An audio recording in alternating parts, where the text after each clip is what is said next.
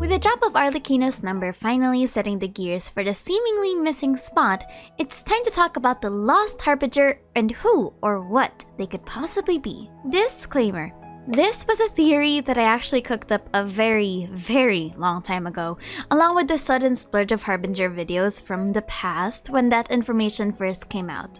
I honestly just waited a bit to finally find more information that wouldn't be leaks related, and now that Arlecchino's number is out, not only do I have the stuff that I need, we also have a lot of information and insights on how Fatui numbers work and what constitutes the number of a Fatui Harbinger. And with that, let's begin. This piece of lore actually stems from a long theory and series of leaks from give or take a few months ago, with Piero being confirmed to not be part of the 11 Harbingers counting. Arlecchino would be 4th and Capitano would be the 1st Harbinger. Piero would be the formal director of the Harbingers but isn't counted towards the numbering. However, that means that there's a missing spot between Tartaglia and Pantalone. Now, before we begin with the actual Harbinger, we first need to understand what happens to missing Harbingers and their numbers. The number ranking in the Fatui is based on several factors, but seniority is not one of them. They are based on the different faculties of power that Fatui exercise both physically and mentally, with newer recruits being compared to previous Harbingers in terms of power. However, power is defined in a lot of assets. Political power and influence also comes into play, as well as overall contributions to the Fatui and their end goals. However, missing or deceased Harbingers don't usually affect the numbering. There are 4 known instances of numbers being adjusted or not adjusted despite the vacancies. First was during Scaramouche's assignment during his earlier days. The number 6 was given to him after his training in the Abyss, and when he finished his excursion, he was compared to the other lower-ranking numbered Harbingers at that point. What most likely happened is that all seats 7 downwards were adjusted for him. Another example of number assignment is Arlecchino, who usurped the previous knave. However, it's not clear if the director, or the previous one, was the 4th Harbinger at the time. It's either that she adopted the 4th position because the Arlecchino at the time was the 4th, or she got enough prestige that she became the 4th Harbinger. However, a death of a Harbinger does not constitute the moving of a seat. La Senora is still respected as the 8th Harbinger, with Pantalone and Tartaglia not moving from their respective number. Absent seats, for whatever reason though, are not adjusted. While we know from a third-person omniscient perspective that it is because of the Irminsul that the 6th seat is empty because it used to have Harbinger, from the perspective of most Fatui agents, the 6th seat has always been empty for some unknown reason. This means that the 10th Harbinger can also have suffered the same fate. And for that, it's time to begin my theories on who they could actually be, because I believe that the 10th Harbinger is a person named Brighella. Brighella is a character from the Commedia dell'arte that I actually theorized about years ago. I actually theorized that they were the 7th, but now we have more pieces of the puzzle. If you didn't know, the naming conventions of the Harbingers are from an Italian theater style known as the Commedia dell'arte, and Brighella is a servant character that was oftentimes portrayed as smart and vindictive. Brighella is cruel and oftentimes harsh to those beneath the social ladder, sometimes becoming malicious and violent. Brighella is a masterful liar and can make up a lie for any situation, henceforth why he's a schemer. He will use every opportunity that he can to gain his advantage, and will work with those that he believes can bring him to higher places. Now, for their Genshin Impact counterpart, we need to respect that there is zero mention whatsoever that there even was a 10th Harbinger. If you know the SCP Foundation, you would have heard of something known as the anti-meme, or the SCP-055, where it is something that is unknowable. So the only way to know about what the 10th Harbinger is to know what it's not. For example, we know that they have no known division or name drop whatsoever in the current lore of Genshin. We also know that they should have existed at some point because of the gap between Tartaglia and Pantalone. We also know that they would have been older than Tartaglia by virtue of him being the youngest ever recruited Harbinger. They should also have a delusion and a seemingly strong opposition to the Heavenly Principles by virtue of being a Fatui Harbinger.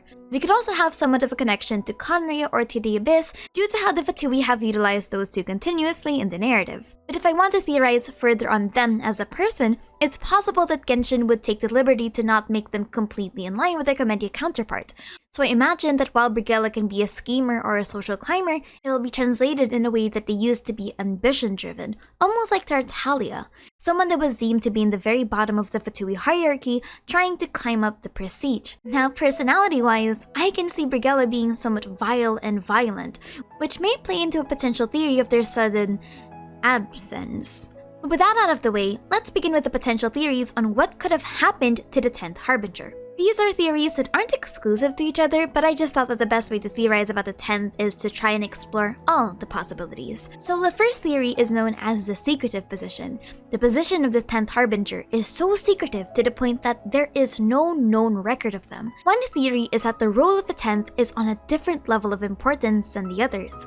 Now, what that would be, we don't know. But it's possible that the Fatui Harbingers have a more incognito directive in their arsenal for the sole reason of how much stuff they really need to hide from the public. So I wonder if the 10th Harbinger's secret position is that they work alone without any concrete division. That would actually be super fascinating. A hidden department within the Fatui that is privy only to the higher-ups. Now the question is, what would a Black Ops position in the Harbingers even entail? Well, most likely they're going to be dealing with the very forbidden stuff in Tevat. For example, it could be divine knowledge, it could be something about the sinners, or it could just be something about the primordial ones, something that would be considered taboo in the realm of Genshin's lore. And an incognito position in the Harbingers would actually make a lot of sense, considering that before the Fatui Harbingers are all powerful antagonists, they're first political figures and soldiers. They're public people who serve as the front and the face of Snezhnaya, unlike the other kinds of top 10 villains that we've seen in anime, for example. So a division that focuses solely on taboo information would definitely be considered very, very hidden. Now, this poses a problem in the event that the 10th Harbinger is still alive. This would explain why Tartaglia doesn't know about the 10th Harbinger or isn't willing to give us the information, but it actually isn't explained why Scaramouche doesn't either. If the 10th Fatui Harbinger did exist but was just hidden, wouldn't a defector like Scaramouche discuss the matter? Or at least, hint to the traveler that there's such a thing as a missing or a secret Harbinger. Wanderer already warns us about everyone else, so why make an exception?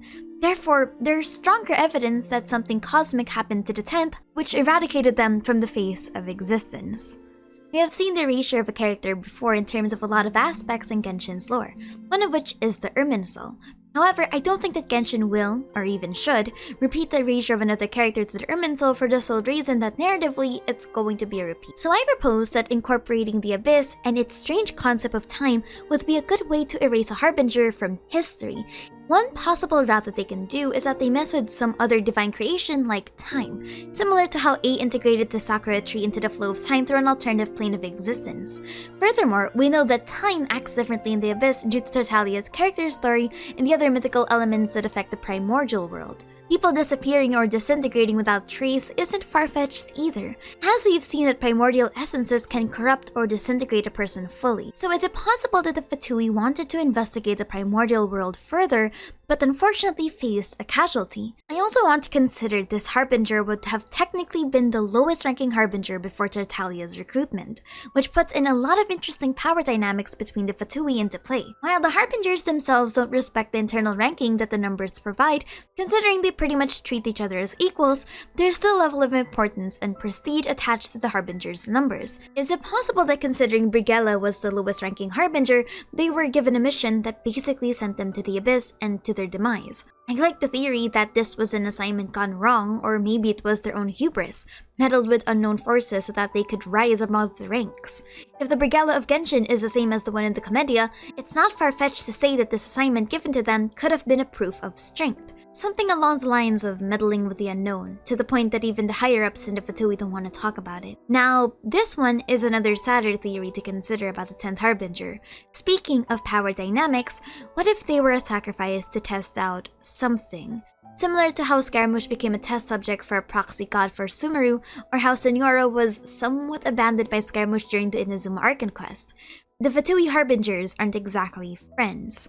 Is it therefore possible that Brigella was a Harbinger that the Fatui didn't want, or simply disposed of? Now, Harbingers having their own agenda isn't out of the question. A good example is Arlecchino, and to some extent Scaramouche. So to propose that a Harbinger was willingly disposed of means that they did something so vile that the other Harbingers and the Tsaritsa deemed them to be such a threat to their cause that they erased every bit of Brigella's existence. This theory would actually go well with the Comedia's Brigella, in which Brigella was more ruthless and cruel than the other characters. This idea complements the theory that they're dispensable enough to the more senior of the Harbingers in the event that they needed a scapegoat. Because I believe that Brigella's removal has more nuanced implications as opposed to Scaramouche's, which only further cement why not only the Fatui don't talk about them, but also the lore itself. At the very least, even the Harbingers that we know nothing about lore-wise were name-dropped even as far as a year ago, with Sandrani being name-dropped in Tartaglia's character teaser description, Capitana mentioned as early as Mondstadt, Arlecchino mentioned in Inazuma, and so on and so forth. But nothing on this mysterious 10th Harbinger. So is it possible that the Harbinger is either unknown to most agents or even taboo to fellow Harbingers that know them? Honestly, I don't see it so far-fetched that the Fatui would dispose of their own in secrecy, especially if it jeopardized the mission. If we're going by the Commedia description, Brigella is volatile, violent, and actually an antagonistic force to most of the other characters. But that has its own problems, such as why not have Tartaglia as the replacement to hide the suspicion? That would also beg the question of what could have been so vile to have Brigella removed. And last but not the least is another fascinating theory, that the 10th Harbinger never existed, or at least never needed to. I was entertaining the idea of the social hierarchy between the Fatui, and is it possible that the 10th spot was purposefully left empty to create a social distance between the Harbingers and Tartaglia? Something along the lines of Tartaglia being such a social outlier even amongst the Fatui that they were willing to designate him a farther number than intended? It sounds really dumb, and I highly doubt that the Sarita would also allow for that kind of open transgression, especially if it was motivated by sentiment. I also don't think that the Harbingers would actively try to antagonize or outcast Tartaglia, so much so to the point of almost blatant mockery just by virtue of professionalism. Or at least, perceived professionalism. Now, the final question is, could the Traveler become the 10th Harbinger? This is actually an interesting take, that the Traveler will eventually find out the truth about the 10th Harbinger and then replace them. I think this would be a great transition into Snezhnaya, considering that all the previous nations have given us an important title. Now, would that be a good idea?